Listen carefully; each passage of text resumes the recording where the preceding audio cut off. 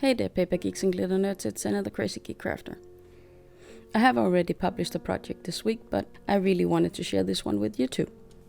It's one of those hard cards where you know nothing about the recipient except the age and the gender.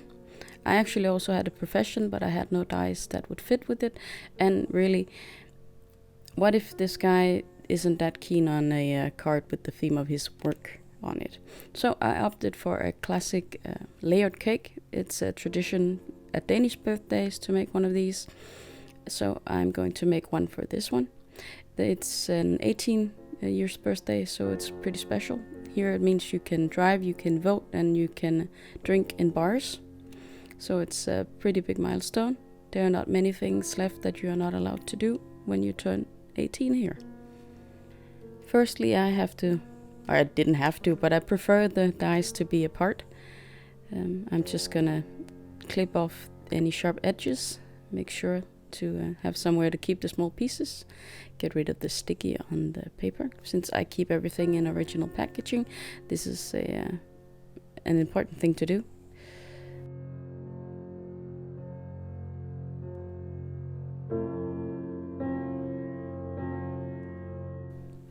I opted for a chocolate cake for this card to keep up with some masculine colors.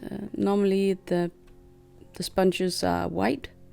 That's the classical version. And then there's some jam or some berries, other kind of fruit in between the layers with the vanilla custard.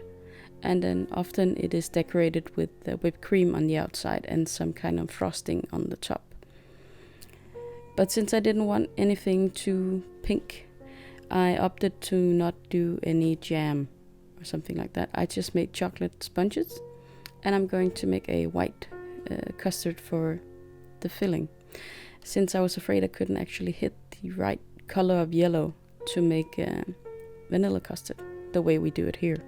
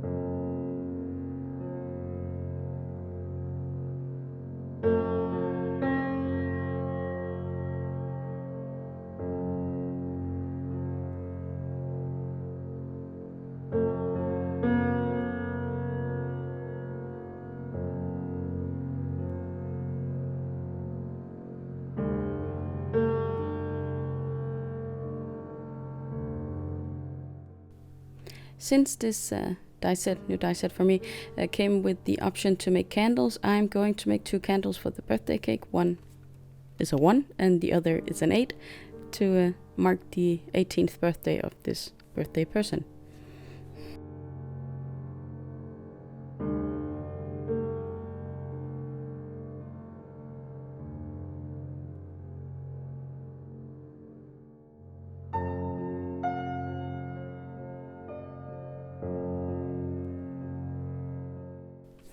I don't really like working with the small pieces that are these candles, so I often back the flame with some vellum, which makes it a bit more stable and not as easily bended on the card.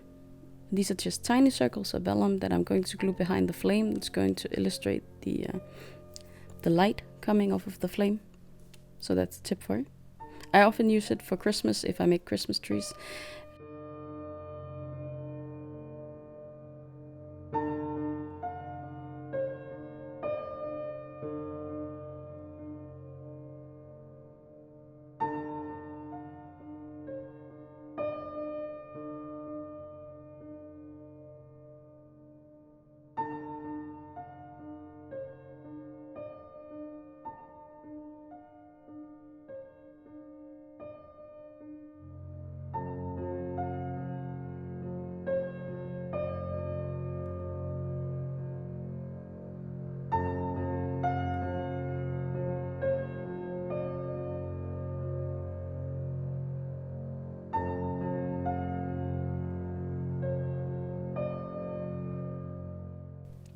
To top off the cake, I'm going to make an insert out of this darker brown. It's going to assemble a chocolate frosting covering the cake, or at least the top of the cake.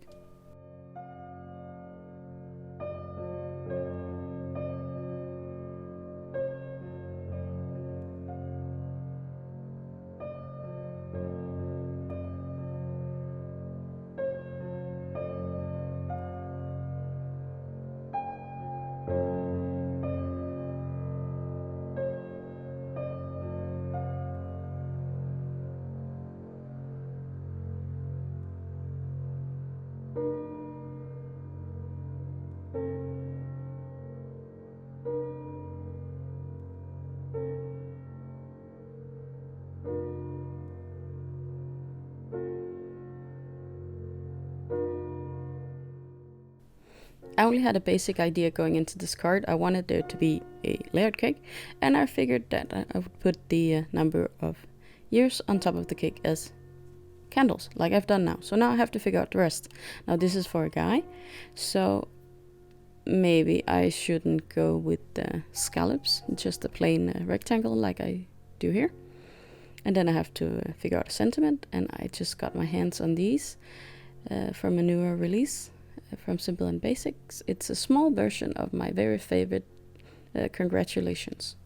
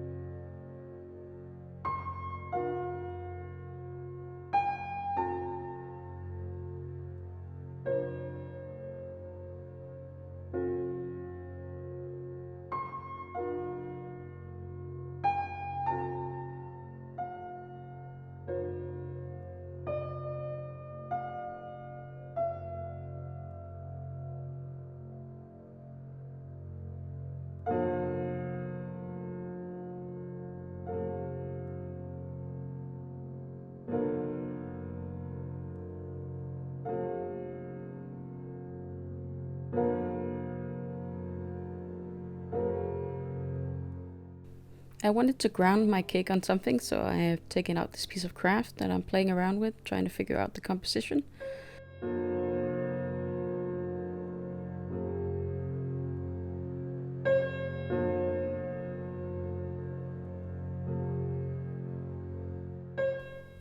Next step is to find some kind of background for this. Since I didn't use pattern paper, I'm looking through my stash for a stencil or something that I can use. I don't really have any background stamps, so I'm going for this embossing folder.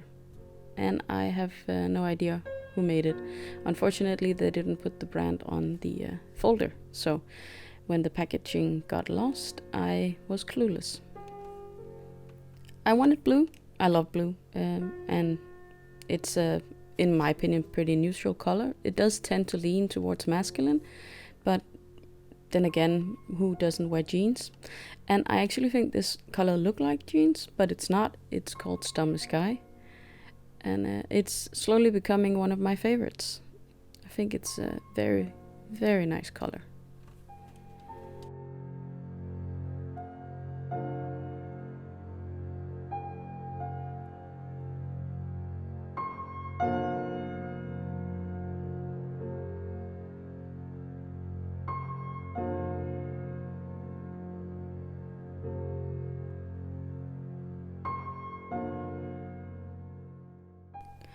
To me, this just becomes far too much white in the background, and I needed another kind of neutral color, so I found a bigger piece of Kraft, and I'm going to put that behind my front panel.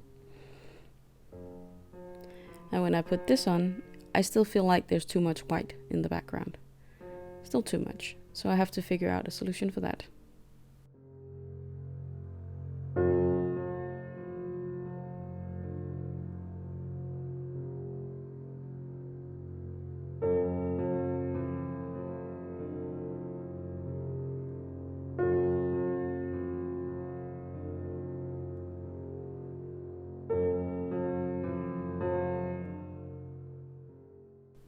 The answer is more Stormy Sky.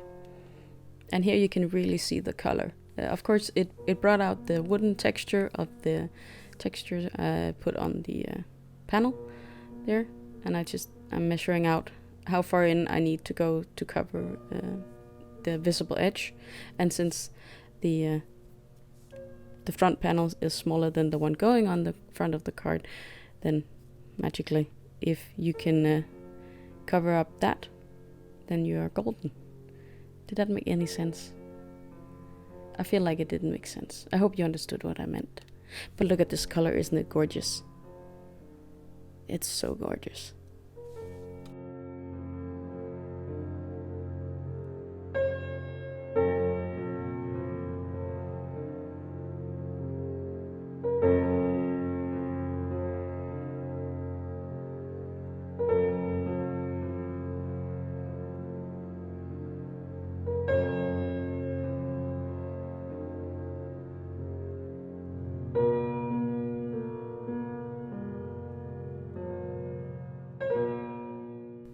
If you've followed me for a while, you know this see-through glue is Collal, and this is Pandora Hobby's all-purpose glue.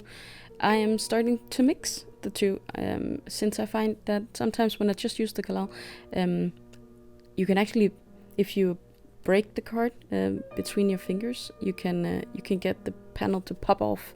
So I'm just going to secure it with a little bit of quick glue. It's more moist, therefore it makes the card bend easier. But if I do a combination, I'm hoping I won't have that problem. So far, so good. So that's why I use 2 different glues on my panel.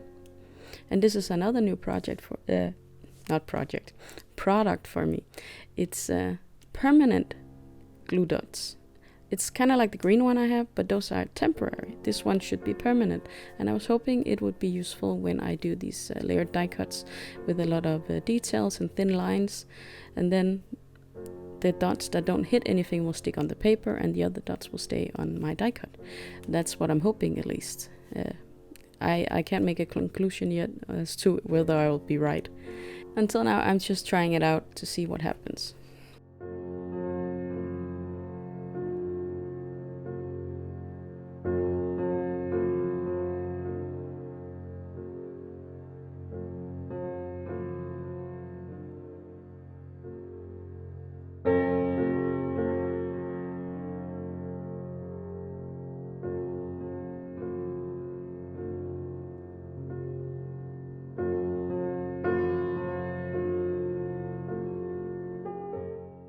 Now the candles are all lit, I have to see to another problem. The layers on this cake makes it a bit wobbly, so I have to stabilize the top part where there are less die cuts.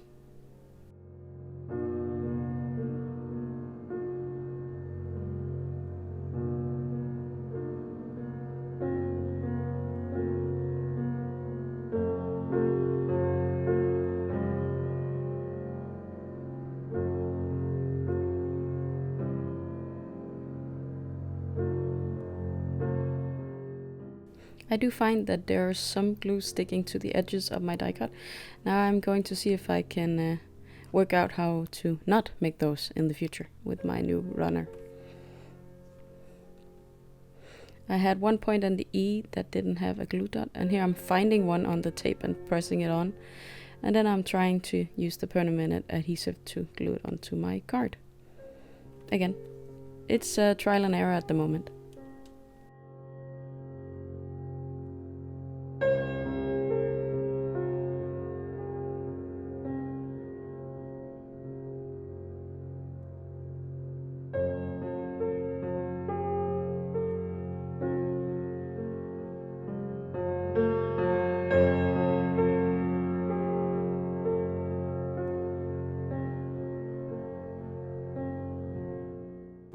As you see here, I opted to leave my cake hanging.